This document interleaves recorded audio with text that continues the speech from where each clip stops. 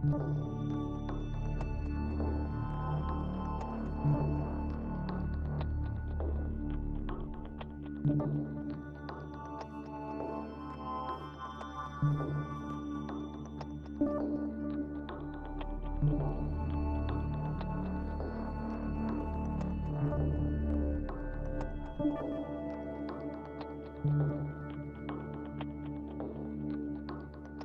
us on Geek Blood, the show you can't ignore. Ray and Kevin diving deep into all things galore. Comic book, movie, sci-fi, and action thrill. Reviewing new TV shows, we keep it real, real. Reminiscing the Attitude Era, wrestling at its peak. Nostalgia from the 80s and 90s, memories we seek. Pineapples for our rings, a unique touch. Geek culture in our blood, we love it so much. Geek Blood forever, we love it so much. Geek Blood, where we talk about it all, from superheroes to wrestlers. We stand tall, Ray and Kevin, the dynamic duo in sight. Geek Blood, shining bright, shining bright.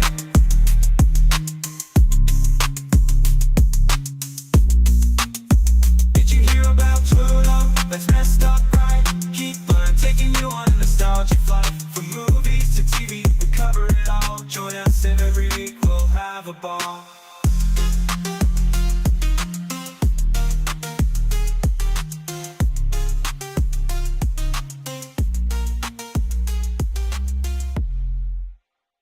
Shuffle.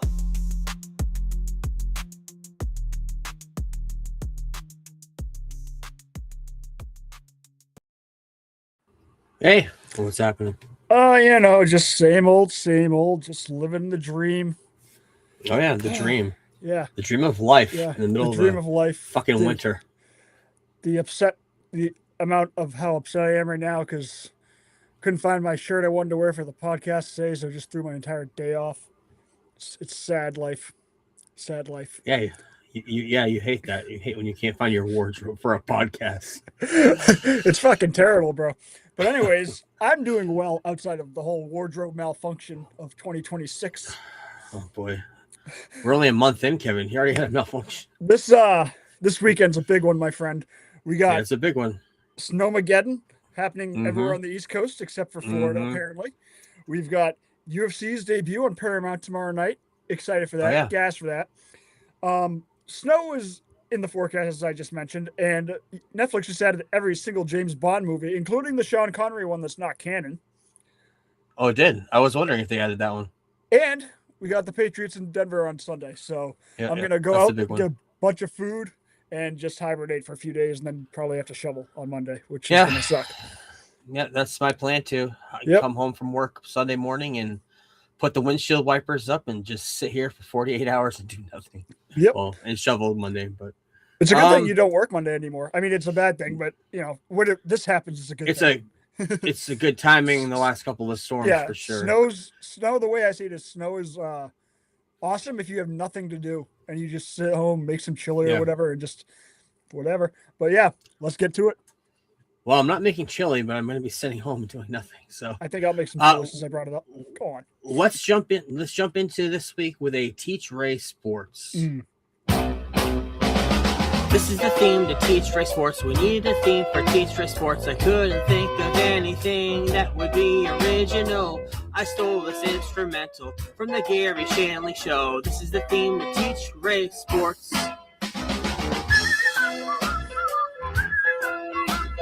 This is the theme to Teach Ray Sports.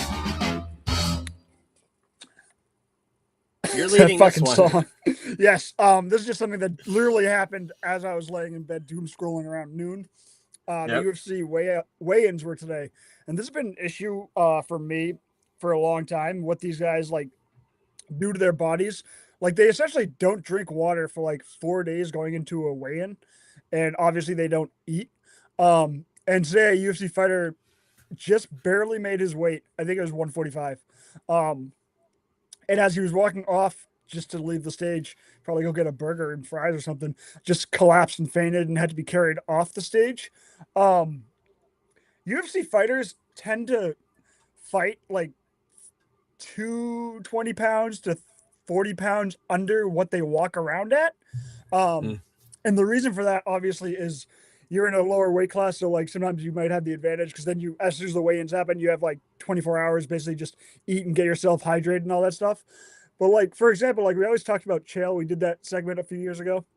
Yeah. And obviously I love Chael, but he walked around at 225 and fought at 185.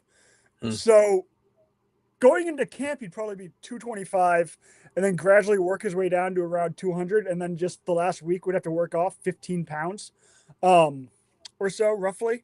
And like, it just isn't healthy for these guys, especially with what they make. Because UFC fighters do not make much money, which is funny considering I know a lot more people that watch UFC than boxing, and boxers make like $100 million every main event they're in. But yeah, I just think it kind of sucks that that's the way all this shit happens, and I also think it's kind of crazy. This is the first time somebody has fainted like that. I'm sure it's happened behind the scenes and whatnot, Right? But that fight has already been canceled for obvious reasons, and I had already put that dude winning on my parlay, so my parlay is already busted, and the fucking event hasn't started. Wow! But they give you your money back if something like that happens. And it was only like $10. So, but Okay. yeah, it was just weird seeing that, and it's unfortunate what these guys go through to put their bodies through that. Which is, I mean, McGregor was fighting at 145, walking around at 175. Like, dude, like when he was fighting at 145, you're like, dude, you could see like every bone in his body when he fought. It was fucking disturbing. But yeah, I just wanted to get that off my chest. Looking forward to UFC though.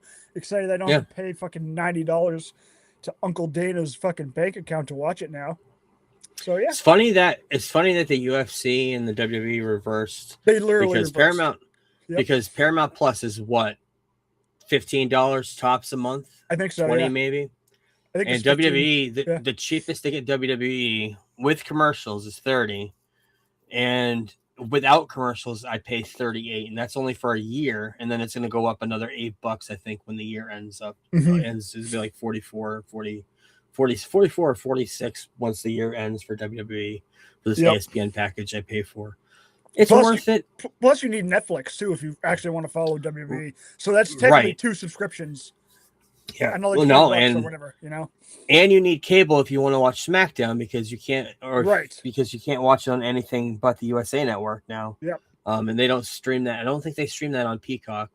I get Peacock for free. I pay for Instacart, $100 a year, and you get Peacock Premium, but you don't get the one without the commercials. And I think if you pay for the one with commercials, you get USA Network. I'm not sure how that works. Okay. Streaming is confusing, but let's jump into the rest of the show. Let's jump into what we watched this week.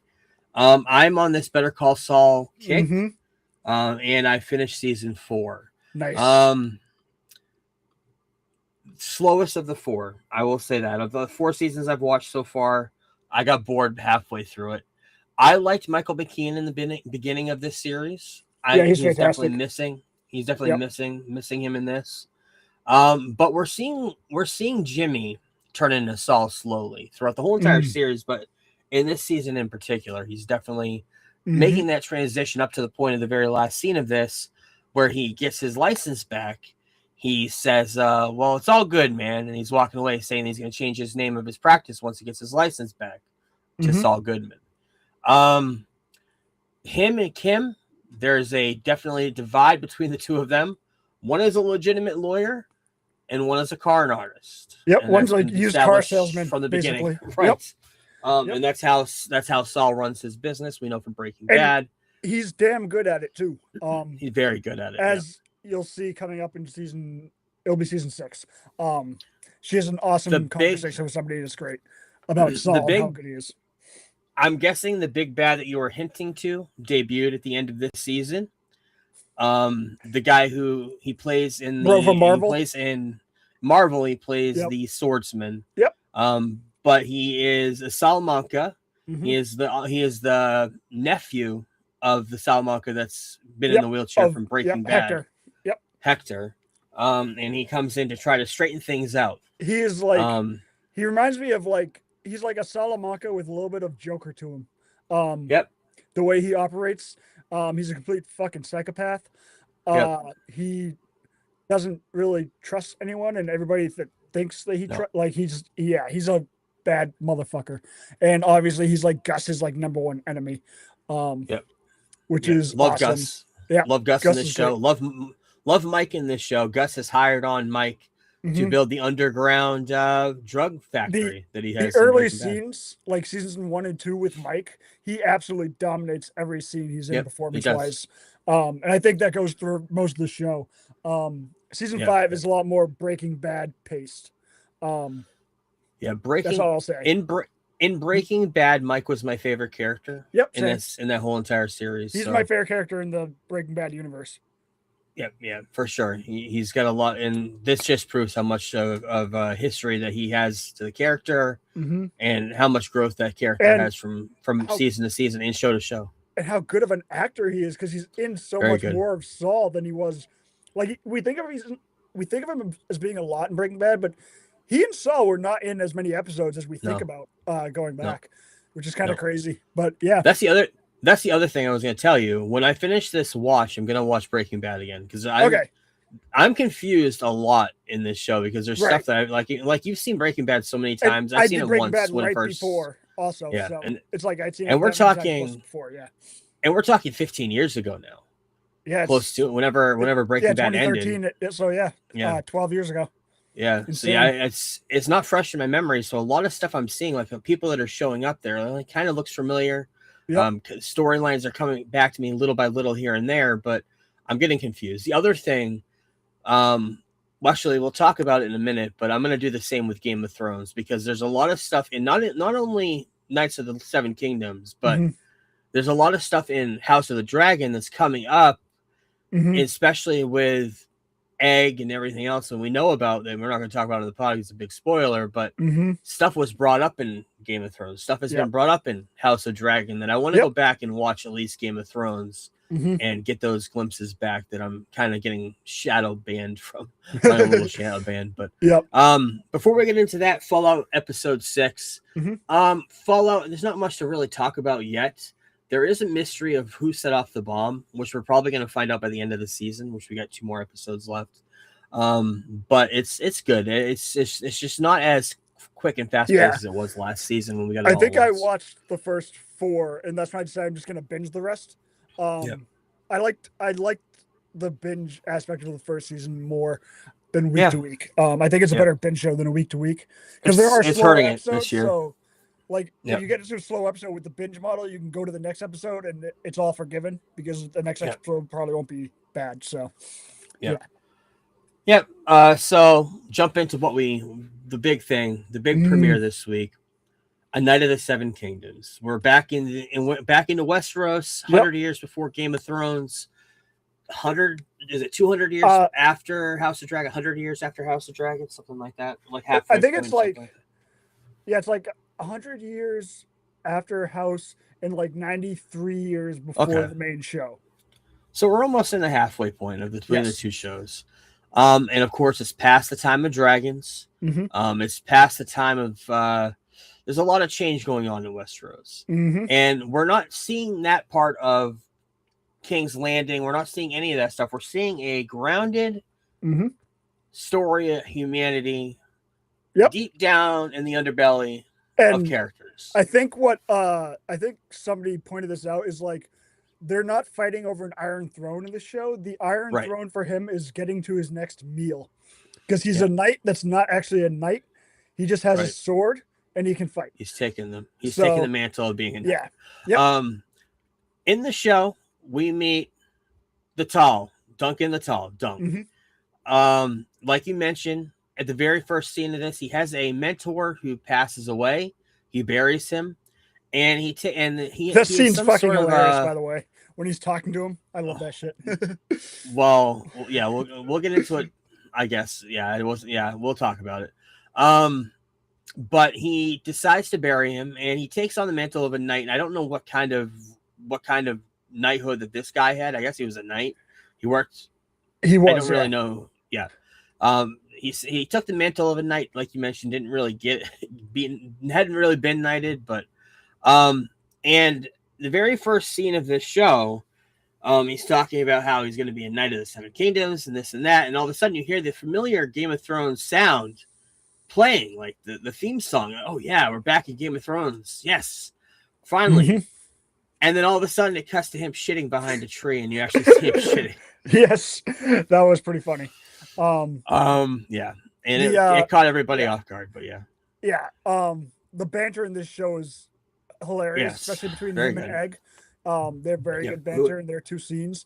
And Yep. the other thing I want to bring up before I forget is the Baratheon in this show. Yep. He's awesome. I don't know Yeah. much about him. I just know he's kind of a crazy like nut. So he's just looking to have some fun. It looks like just a whack job, but I love him. I love all the characters Yeah. so far in this show. Yeah, we meet Egg, who is this little kid, Mhm. bald kid. There's a reason for all this. I'm sure it'll Yep. be explained in the season. We'll I'm get into guessing it, next but episode is when we find out. yeah, but he is working in a stable, starts talking to Dunk, and he follows him to where they're doing this jousting tournament. Mhm. Unbeknownst to Duncan, Egg follows him there and kind of becomes a squire, right? Kind of Mhm. just finds out where he's Basically, yeah. resting and takes over the whole camp and runs everything and doing all the minimal work that he doesn't want Dunk to do. He's just trying to prove himself. Mhm. And that'll become more and more, because I know the spoiler, you know it more than I Yeah. do, but I know the big spoiler, And who he is and why he's there. The cool why thing about he's this bald. show, the cool thing about this show for me though is it's the material I haven't read yet from Yep. George R. R. Martin. So Yeah. it's pretty much new outside of like that's the only thing I knew, and I didn't know if it was a spoiler or not, and I guess it kind of is, but Yeah, yeah. it's been treated But, I mean, like that. So yeah. if you watch Game of Thrones, you can kind of figure it out if you can remember Yep. that. And the HBO social media posts are talking about it. Right. They've actually posted the video of the Game of Thrones scenes talking about Egg and Dunk. Mhm. And the Game of Thrones scene talking about Dunk for sure, but the one talking about Egg as well, and who Mhm. he's related to. They've actually posted that scene on their socials all Yes. week. So. And also, yeah. after we get off here, I do want to tell you something that's kind of interesting in that scene where you first meet Egg. But I Okay. don't want to spoil anything, but it's just a fun factoid because you already know who Egg is. So, Yep. but yeah, great show so far. On Sunday nights, 6 episodes, so it's gonna be a quick watch. Mhm. Middle of February, end of February, to be all over. But yeah, very good so far, and it's getting a lot of praise. So I Mhm. cannot wait to finish that. Another great show, funny show, came out on Netflix yesterday. Watched the whole thing. Very quick to watch.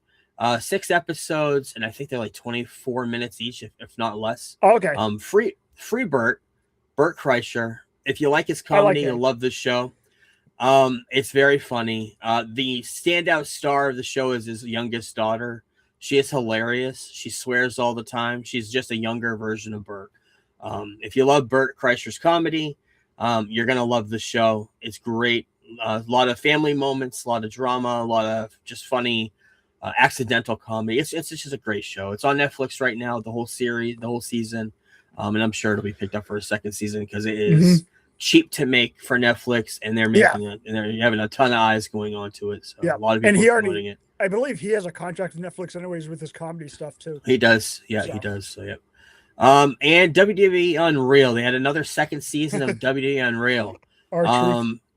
Our Truth episode was fantastic. 5 episodes total this time. First one was all about Becky Lynch and her comeback after kind of taking a break, becoming a mother. And episode 2 is all about Our Truth. And about him being fired and being brought back and changing his hairdo and everything.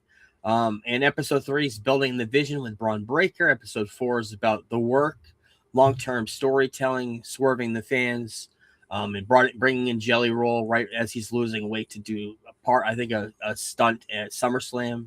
And episode 5 is all about the Seth Rollins swerve and the payoff, and being John Cena's final SummerSlam, and Cody and Brock Lesnar. Cody going against John Cena, winning the title, and Brock Lesnar showing up at the end. So I'm guessing they did confirm a new season coming out this summer, and I'm guessing that third season is probably going to tackle John Cena's final run. from Yes. SummerSlam to the end of the year, It definitely especially will, with Brock Lesnar. Yep. We're going to be seeing a lot of cool stuff next in the summer. That's pretty cool. Overall, great show. I understand why older wrestlers hate it because it's giving all the secrets away. It's kind of like you remember the show The Magician, The Masked Magician. They gave away all the secrets of magicians, and all magicians went against him. Kind of like that. Well, But that happened in wrestling too. Remember Harley Race did Secrets of Pro Wrestling in the late 90s, and they were not happy about that. I think it was Harley Race. People were very angry, but that was when shoot interviews weren't as popular. You didn't have every podcast breaking all the rules. That's the thing. Kayfabe, that shit, yeah. That's the thing. And not only that, but you have Dark Side of the Ring on another station talking about their characters, unraveling everything, and WWE doesn't say anything about it. So they kind of have to have their own programming to counteract that. Right. And this is their way of doing it. Time to wake up. I woke up early today. And the movie of the week debuted on Netflix last Friday. We watched it last weekend. Is The Rip. This is Ben Affleck, Matt Damon, Steven Yeun from The Walking Dead, Tiana Taylor from Sasha Calle from The Flash, Tiana Taylor from Once Upon whatever that movie that just came out that's getting all the accolades with Leo. She's in that. One Battle. But the Rip, it's all about this group of narcotic detectives who work in Miami, and they are part of this drug enforcement or money laundering unit to try to figure out all the crimes going on in Miami. Overall, decent movie. Liked it a lot. Liked the action. Liked the protecting the group and everything that Matt Damon was kind of the leader of. Overall, 4 out of 5. Yeah, thought it was very good score. Yep. I love seeing Matt Damon and Ben Affleck back together. They haven't done too many movies together. Right. They produced a lot together, but they haven't done a lot together acting wise. They did air. I think it was the last one they did. Yeah, and of course, Good Will Hunting before that. They did Good Will Hunting. Then they just produced a bunch of stuff together, and then the first time they acted together, I think, was that Three Sides of the Story night movie with Adam Driver. That's right. Yep. I think that was the first time they acted together, but they weren't in too many scenes together. And Ben Affleck looked weird with blonde hair. I think that was the first movie we may have reviewed on the podcast. That's how long ago that movie came out. Wow. Yep. Now that you reminded me of that. Very good movie. It's on Netflix. We have some stuff to review next week. We'll get into it at the end. But until then, let's get into the news.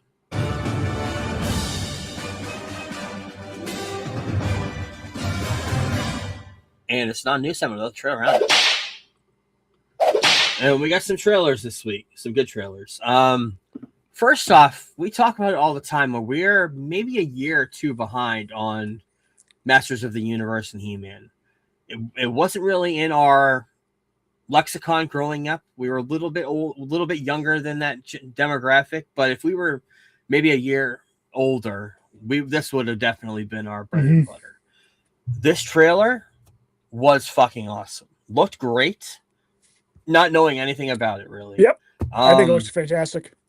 The only thing part of it that I know is Jared Leto plays Skeletor. Yep. And I know He-Man, of course. I know his group of people that are there. I know Castle's Grayskull, and I know it has a huge following of people a year or two older than us. Yes. And that whole demographic. But other than that, no idea. But the trailer looked fantastic. It looked really good. A lot of action, lots of colors. It just looked really good, and I cannot wait to see it. Comes out June 5th. The trailer looked awesome. Poster looks awesome. Just looks nostalgic. It looks awesome. Yep. What else we got? Invincible. I'm bringing this up. I don't watch it, but I know you do. I know a lot of people do.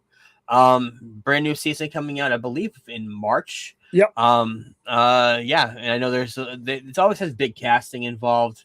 Don't know much about it. Don't know much about the story. It's one of those shows I'm definitely going to get into sometime. But I did want to bring it up that there's a new season, a new trailer if you want to hunt it down.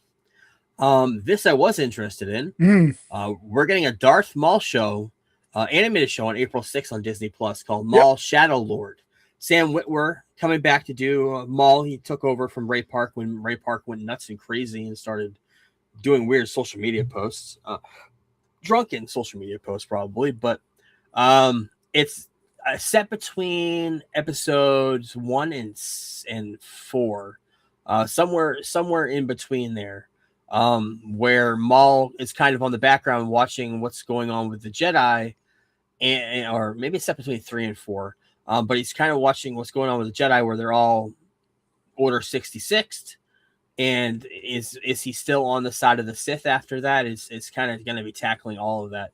Where is his mind after all that? Is he still on the side of the Sith? Is he against them now? And where is his loyalty lie with the Empire? So it's interesting to see that. And he's been around in the Clone Wars for a while. He definitely survived after Phantom Menace. He's all cyborg from the waist down. So. Yeah, I may watch this. I'm still behind on those animated shows. I know Clone Wars is the one everybody tells me to watch, but you only have to watch a couple arcs in Clone Wars. But besides that, and the final, the final part of it too. Final season, setting up Order 66. Yeah. You brought this to my attention. Gonna probably watch it either this week or next week. Oh, I don't have it on here. I thought I did.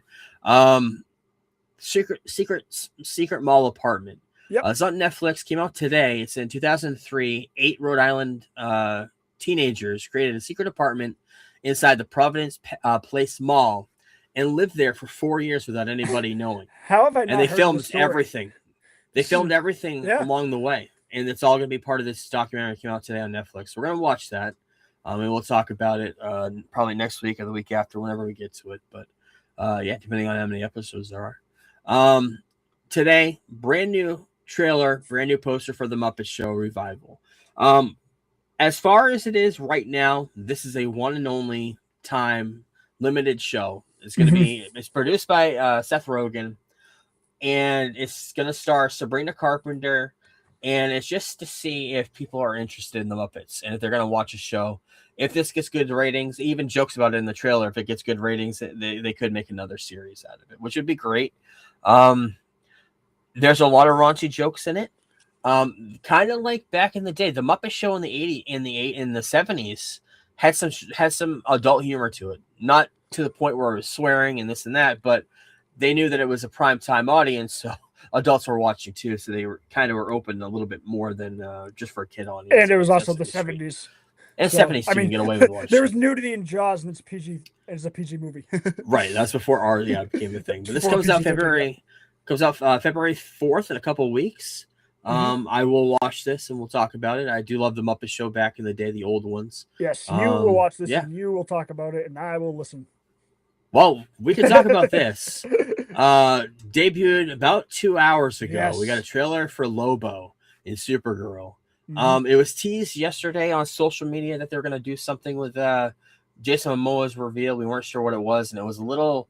There's actually 2 teasers. There's one of Jason Momoa coming out of a trailer, and you see this scene with him riding the motorcycle with his weapon, and he's coming out of this big, huge blast of fire, and he's smoking a cigar, and he has a big smile and a smirk on his face. And the other one is just a reworked of the trailer that we saw earlier in the year, or a couple months ago, of Supergirl, with this scene added into it. And the difference being that Kara is saying something to the effect of what a blank piece of beep, what a piece of peep, whatever. Looks awesome. This is the role that Jason Momoa was born to play. Even he knows that. Everybody in Hollywood, everybody in geek culture knows that.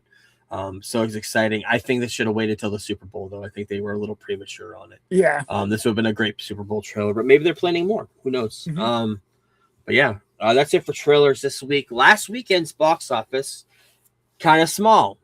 Avatar is number 1 again, but only 13 million. And 28 years later, Bone Temple was right on its tail. It was another 13 million.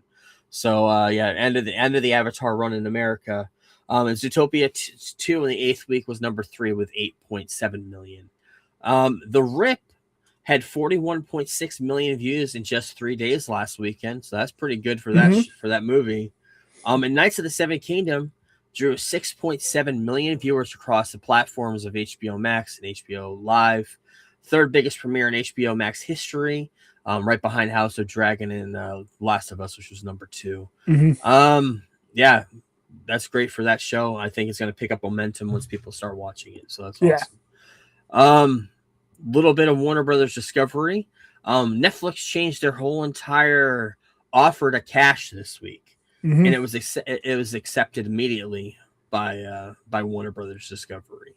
Yeah, so they're going all cash for their bid, kind of to sweeten the deal. That's what Paramount was trying to do, and now I think Netflix has definitely got this in the hand. The only thing is, it's not going to pass. It's not going to pass any regulators of America because everybody's against it. They have to sweeten the deal to the Department of Justice and to Trump directly in order for this to pass, to get their approval. But who knows? Sinners. Talk about the Oscars. Sinners has the most Oscars. There's Secret Mall Apartment. Sinners has the most Oscar nominations ever of any movie in Oscars history with 16 nominations. Yep. Definitely well deserved. Yes. 14. The record before was 14. That was Titanic, La La Land, which is a boring ass movie, and All About Eve, way back in the day. Yeah. Titanic, that of course was huge in the Oscars. Oscar for Best Picture. Begonia, great movie. F1. Mm-hmm. I know you saw that. I like that movie a lot. Now they have 10 nominations for Best Picture. They did that about 10 years ago. I think it makes sense to sweeten the load. Yeah, put a lot more in there. I mean, a lot of these are just there just to be. We all knew a film like F1 or like Maverick or Black Panther wouldn't win, but those movies got people that were just fans of those type of movies to watch the Oscars, where usually it'd be like The Pianist versus Shakespeare in Love or some shit like that. It's all the art. It's all the art films going against each other. This way, they put the blockbusters in there too. Mm-hmm. Frankenstein, that was a great movie. Hamnet, getting a lot of praise for that. I want to see it. Marty Supreme on our list to watch. Yep. One Battle After Another, great movie. Yep. The Secret Agent, don't know what that is. Sentimental Value, don't know what that is. I know Stellan Skarsgård's getting a lot of praise for his role. Train Dreams, and of course Sinners. That's a great Best Picture list this year. Nominations for actor in a leading role: Timothy Chalamet and Marty Supreme. Leo in One Battle After Another. Mm-hmm. Ethan Hawke in a movie called Blue Moon, never fucking heard of it. Michael B. Jordan in Sinners, of course, played 2 roles in that. Mm-hmm. That should count. And Wagner Moura, Secret Agent. I've seen him in a bunch of stuff, but I recognize him. I don't know what I've seen him in though. Oscar nominations for actress in a leading role: Jessie Buckley for Hamnet, Rose Byrne for If I Had Legs I'd Kick You. Never heard of that. I mentioned it last week. Sung Sung Blue. I said, Kate Hudson's definitely going to get an Oscar nomination, and she did for that movie. Emma Stone for Begonia and another Sentimental Value. I don't know who that is. The lead for that, I don't know who that is. Supporting actor, Benicio was great in One Battle After Another. Jacob Elordi, great in Frankenstein, the second part of Frankenstein. Sean Penn, One Battle After Another. Stellan Skarsgård in Sentimental Value. And Delroy Lindo for Sinners. He was great in that too. The old guy. Actress in a supporting role: Elle Fanning, Sentimental Value. Amy Madigan for Weapons. She was fantastic in that. I hope she wins. Yeah. Teyana Taylor was also good in One Battle After Another. We do have the ones who didn't make the nominations list. We'll talk about that at the end here, but there's some big ones, especially in the directors category. Chloe Zhao, Josh Safdie for Marty Supreme. Paul Thomas Anderson, One Battle After Another. Ryan Coogler for Sinners. I hope he wins. And Joe, I don't know how to say his name, for Sentimental Value. Snubs. Guillermo del Toro, snub for Best Director for Frankenstein. Wanted to mention that. Animated feature, probably going to be K-pop Demon Hunters. Original score, hoping it's Sinners, but One Battle After Another, Frankenstein, Begonia, and Hamnet are in that category. Best visual effects: F1, Avatar: Fire and Ash, obviously. The Lost Bus, Sinners, and Jurassic World Rebirth. No Fantastic Four, no Thunderbolts, no Captain America.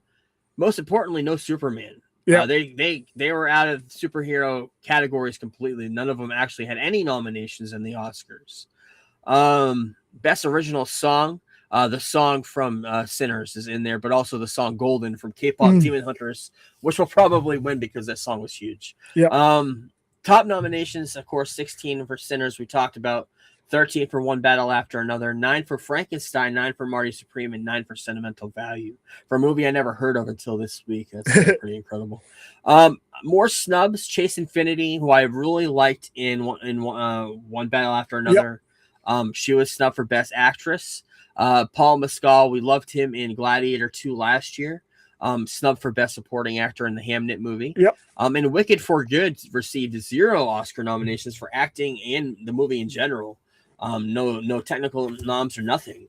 So yeah, big snubs all around. But the big thing we're going to talk about the night before the Oscars is the Razzies. The Razzie nominations tied for most nominations, 6 each. War of the Worlds with Ice Cube, which was god awful. And Snow White, which I would have watched if it didn't get so bad, so many bad reviews, which is definitely would have been on my radar. But they lead with 6 nominations: Worst Picture, Worst Director, Worst Supporting Actor, and 7 Artificial Dwarfs, Worst Screen Combo, The 7 Dwarfs. Wow. Worst Remake, Ripoff, and Sequel. So yeah. Worst Picture up for that category. The Electric State, didn't watch that. It's a Russo brothers movie. It's fucking terrible. That. It's terrible. Hurry Up Tomorrow, Disney Snow White, Star Trek Section 31. That's like a Paramount exclusive movie, I believe. Yeah. And War of the Worlds. Worst Remake, Ripoff, and Sequel, I Know What You Did Last Summer. You said that was horrible. Oh, I fucking hate it. Five Nights at Freddy's, I'm not into that. Smurfs, not into that. Snow White, War of the Worlds. Worst Actor, Dave Bautista in The Lost Lands. I don't know what that is. Yeah. Ice Cube in the War of the Worlds. That movie was horrible. Scott Eastwood in Alarum. I don't even know what the fuck that is. Yep. Jared Leto and Tron Ares. Have you watched Tron Ares? I'm watching it tomorrow. Before yeah, I have. I am not sure if I'm going to watch that or not. And The Weeknd and Hurry Up Tomorrow. I hear that movie is pretty terrible. One of my friends who I trust his movie reviews loved Tron Ares, but he's also a huge fan of the Tron series. Yeah. So I'm gonna check it out and let him know what I think. Thing about Tron was another one of those movies that was not in our generation. It was like 5 years before us. If we were 5 years older, it would have been in our bread and butter, but it's just not. We don't care about it. Ariana DeBois in Love Hurts. That movie was okay. I thought she was okay in it. Mila Djokovic in The Lost Land this is the Worst Actress. Natalie Portman in The Fountain of Youth. Rebel Wilson in Brideheart. I haven't heard half of these movies. Michelle Yeoh in Star Trek Section 31. Worst Supporting Actress. Anybody there worth mentioning? Not really. Actor. The Artificial 7 Dwarfs. Nicolas Cage in Gunslingers. Don't even know what that is. Don't know any of that. Worst Screen Combo. All 7 Dwarfs in Snow White. James Corden and Rihanna in Smurfs. Ice Cube and his Zoom camera in War of the Worlds. Robert De Niro in Alto Nights. I heard that movie was horrible. Yeah. Worst Director. War of the Worlds. The Russo Brothers, Electric State. Mark Webb for Snow White. Worst Screenplay. Electric State. Hurry Up Tomorrow. So yeah, there's a lot of shitty movies this year, and this just proves that. So. Yeah, so the night before the Oscars, we'll watch that. We'll talk about them both in a couple months or a month or so. Month and a half, something like that. Tenacious D's Kyle Gass made a statement this week, kind of apologizing for talking about when Trump got shot, that the shooter missed. And, of course, Tenacious D broke up after that. Jack Black kind of had a career control where he tried to save face and broke up temporarily. Tenacious D. He's gone on record saying that he's sorry that he said that. Put Jack Black in a weird place to have to do that. Still friends, and he's saying that Tenacious D will be coming back eventually. But he's kind of facing the backlash head on and apologizing for it. So kind of have to do that when you say stuff like that and divide half of your audience. So understandably, but they will be back. I love Tenacious D. And we got the cast for the Kennedy series. It's coming out on Netflix, I believe. We already knew that Michael Fassbender is going to be playing Joe Kennedy Sr. Now, this is setting up I would say a 20-year-old John F. Kennedy who's played by a new up and comer Joshua Melnick. He's playing Jack, who's John F. Kennedy. Yeah. Couple other familiar faces here. You're not gonna know who they are. I'm not gonna mention them, but yeah, I'm excited for that. It's all about. There's a lot of crazy shit that happens. One of I believe it's Joe's sister had a lobotomy. I think it's Rosemary.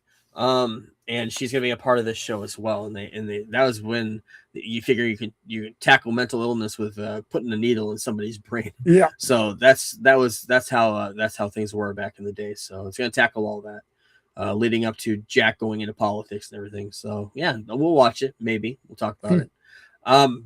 All these documentaries, we had one coming out with Chevy Chase a couple weeks ago. Steve Martin came out last year. We got one coming out on Netflix on May 12th about Martin Short. And Lawrence Kasdan, writer of the Empire Strikes Back and Return of the Jedi, is directing it. So I love Martin Short. I love Steve Martin. I'm sure Steve Martin's going to be all over this as well. So very exciting to see this. It comes out in May. Got a brand new poster. I don't know why we're getting this, but a Legally Blonde prequel called Elle. I actually don't mind the first Legally Blonde movie, but it definitely fell off after that.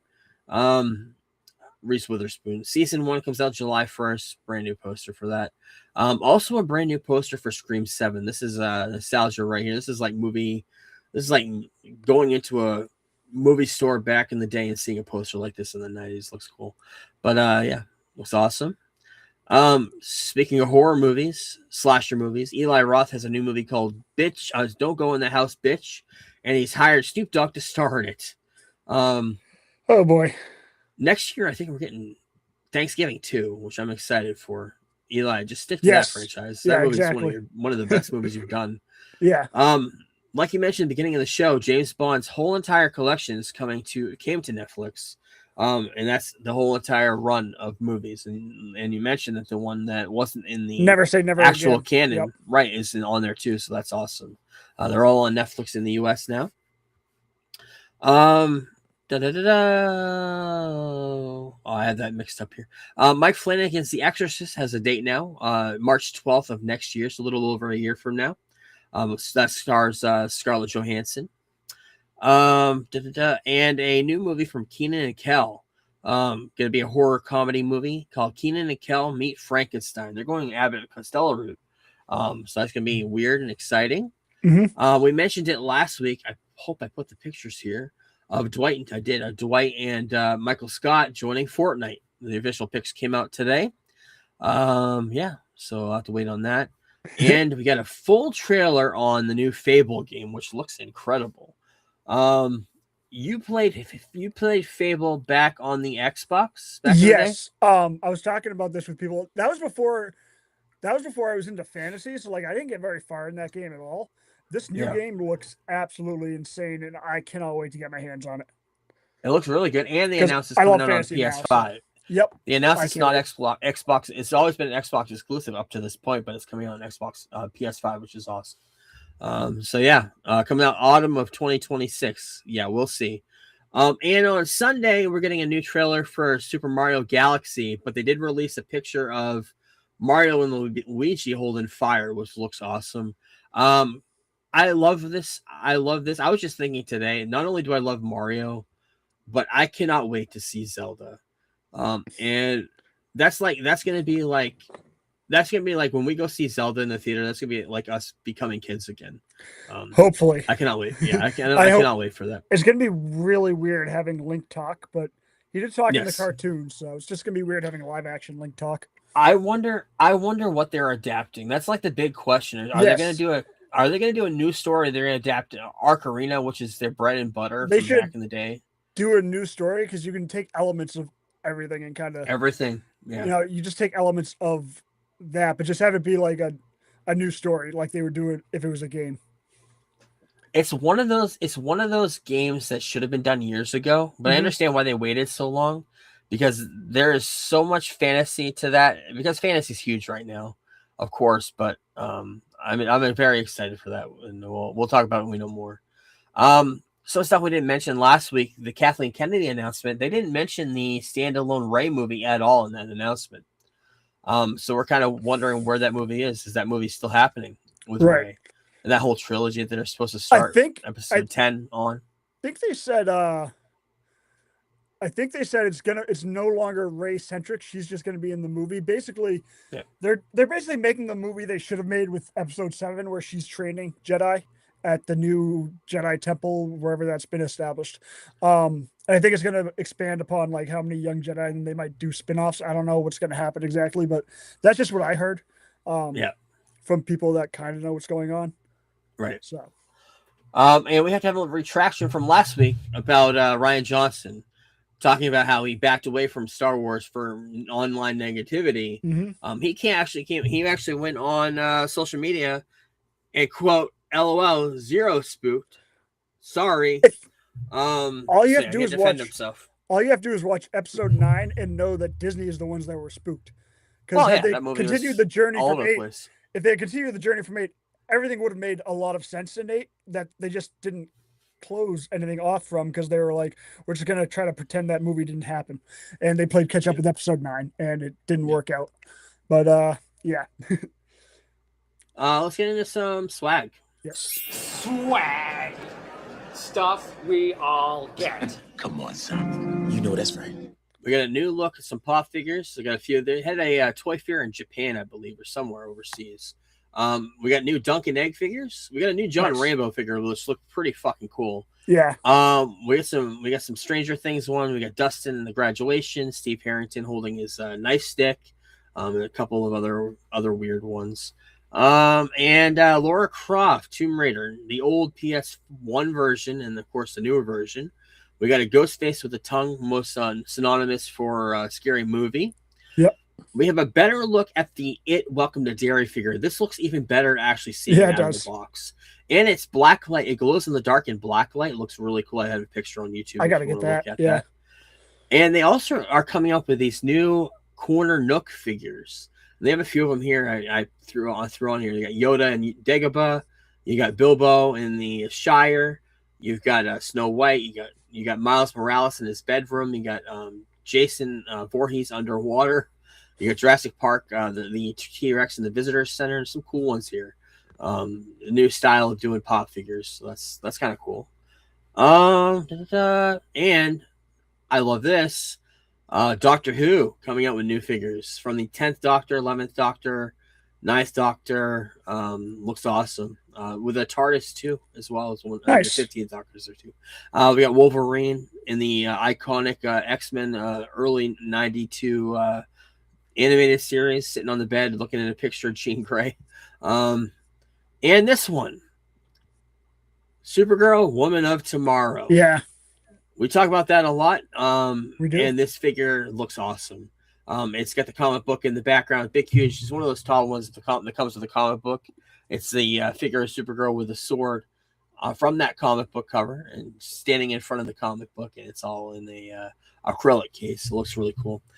They also debuted that, which wasn't shown to the audience, pops for Clayface, Supergirl, Lanterns, and Avengers Doomsday. Like I mentioned, it was in a secret room that only press could go in with no cameras. So it's been seen, but nobody knows exactly what's going on there. Won't know for a while. Those don't come out for almost a year for some of these. So, Lego also coming out with this puppy, a golden retriever puppy. If you can't have dogs and you love dogs, I guess get a Lego set. All right. And Hot Toys coming out with I almost said Steve Rogers, with Johnny Storm from Deadpool and Wolverine. When he has the big huge reveal, takes off his robe and it's Johnny Storm, and he thinks it's Captain America, but it's not. It looks really cool. And speaking of Marvel, Kevin Feige says that he's solely focused on Avengers, Doomsday, and Secret Wars for this past year. The only thing he stepped away is to hire Jack Shire for X-Men and to cast Sadie Sink in the MCU. Not sure how accurate that is. That came from a YouTube video. Same with Kevin Feige has kind of let Amy Pascal handle Spider-Man Brand New Day. I don't think that's the case. but I don't think they would let that happen. Speaking of that movie, supposedly this is a leaked poster of that movie. I have no idea. Trailer's coming out sometime soon. I'm guessing closer to the Super Bowl, which would make more sense if you're promoting something. Mm-hmm. But yeah, Wonder Man review embargo lifted this week, and it's getting praised higher than a lot of other Marvel stuff in the last 10 years. And it's everybody's calling it like the anti-Marvel show. And how if you're a fan of the MCU, this show's not for you. It's fans for people that love television, love Hollywood. And we got some new posters for that as well, and a whole bunch of episode titles. 8 episodes, all releasing next week on January 27th, just in 4 days on Tuesday. So we'll talk about those next week. I'm gonna try to watch all of them. Yeah. The Russo brothers and the new thank you a billion. They had a billion views for all of their trailers that came out for Avengers Doomsday. They thanked them. And I mentioned last week that in these trailers, there's a timestamp in each one of them that points to people are speculating it points to a time on Avengers, a time stamp on Avengers Endgame. And if that's the case, this trailer had the same thing. And it goes to the time where Hawkeye goes back in time to test out the theory of time travel, and he goes back to his family to see them when they're walking around their cabin. But who knows? I don't know if that's true or not. Ron Perlman says he's still ready to do Hellboy 3. He's 75 years old. It says, as long as I'm covered in rubber, no one will know I'm pissing my pants. That is definitely one of the travesties of comic book anything. That third movie was not made, because that was made to be a trilogy. And it just kept getting passed on because the people didn't want to pay the money to make it. But I hope that gets made. I don't know if it will, but I really do hope they pull the trigger on that. This looks awesome. Done by Kevin Smith. Bizarro Year None. Story, a prequel of how Bizarro was made. Just the definitive secret origin of his the definitive secret origin of his character. Nice. Kevin Smith's part of the writing of that. So yeah. Got some DC stuff we can talk about. DC Studio hired Bumblebee and the Flash writer for Batman Brave and Bold. I know you probably know more about that than I do following the culture online. People are not happy. Yeah, but I know. It is what she it did. Is. We'll see. She did Birds of Prey. A lot of people hate that movie. Bumblebee, which is good. Bumblebee. It's a great movie. So I assume that whoever they probably hired somebody with the intention of having a lot of oversight in the script anyways. Because you can't fuck up Batman. Literally will kill the universe if they fuck up Batman. That's there's only 2 tent poles you have to worry about. That's Superman and Batman. Everything else can kind of fall to the side if you need to. James Gunn answered a lot of questions on Threads last week. All the rumors about Batman and Wonder Woman auditioning were false. Mm-hmm. The big news about Man of Tomorrow was the appearance of Brainiac. Aside of that, most of the major cast are characters we've seen already, and they're currently casting smaller roles. There will be no updates on Brave of the Bold until the script is finished.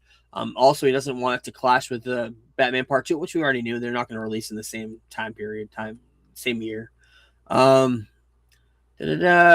Many DCU projects are close to being greenlit. One unknown project already has been.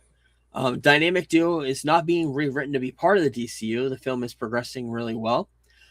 He has denied the belief that Batman and Wonder Woman are in Man of Tomorrow in any capacity.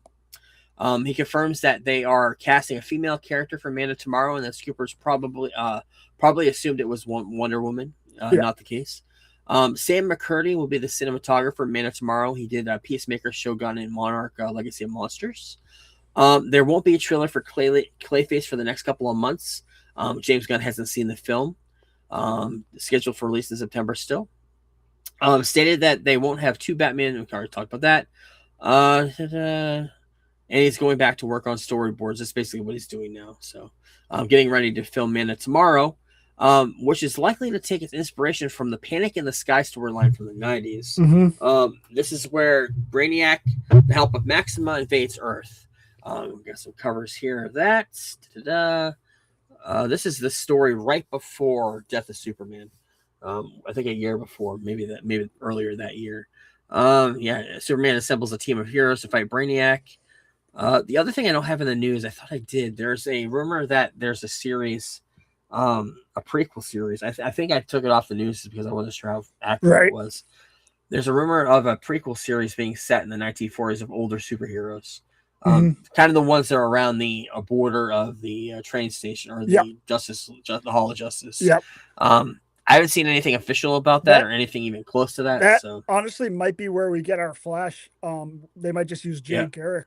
To kind of stray away from Barry because of the Flash movie.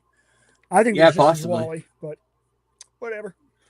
Yeah, who knows? They're definitely doing different takes of the universe. So, that's it for our show this week. Next week we'll talk about Fallout Episode 7, penultimate episode. Night of the Seven Kingdoms Episode 2. Last night the first episode of the Mel Brooks documentary aired. Tonight the second episode. That's why I didn't talk about it. I haven't watched it. I was actually gonna wait till next week. We'll talk about the whole thing. Perfect. Secret Mall Apartment. We may watch that sometime this week or next week. But the reason why I'm saying May is because Wonder Man comes out. I want to watch the whole thing of that, and that comes out on the 27th. It's only 3 hours. Okay, maybe we'll watch it then. It's like 3 hours and 15 minutes because each episode is short. So I think we'll be able to do that. If you could watch an entire season of Saul last week, I think we'll be able to watch Wonder Man this week, especially if it's good, because you'll just sit there and watch the whole thing probably. Yeah, probably. Yeah. And the big premiere next week on the 28th, the day after, is Shrinking season 3. Yes. I'm not sure how many episodes are premiering, but it comes out on the 28th, which is 5 days from now. So very excited. Love that show. Michael J. Fox joining this season cast, so that's awesome. We'll talk about that next week. Thank you, everybody. We will see you then. Peace. We're the Geek Blurb crew, here to enlighten you, talking all things geeky, from movies to wrestling to our podcast is the place where you want to be for all the latest news and nostalgia from the 80s and 90s. We review comic book flicks and sci-fi hits, riding the wave of action movies with all the cool bits. From Iron Man to Star Wars, we cover it all. And when it comes to wrestling, we never drop the ball. Geek Blurb, we're the kings of the nerds, rating movies and pineapples, our opinions never blurred. Join us each week for a geeky chat, with the latest news and a dose of nostalgia that. So if you're a fan of the comic book craze, or a lover of sci-fi and all its maze, tune in to Geek Blurb, we're here to entertain, bringing you the best in geekdom, it's our domain.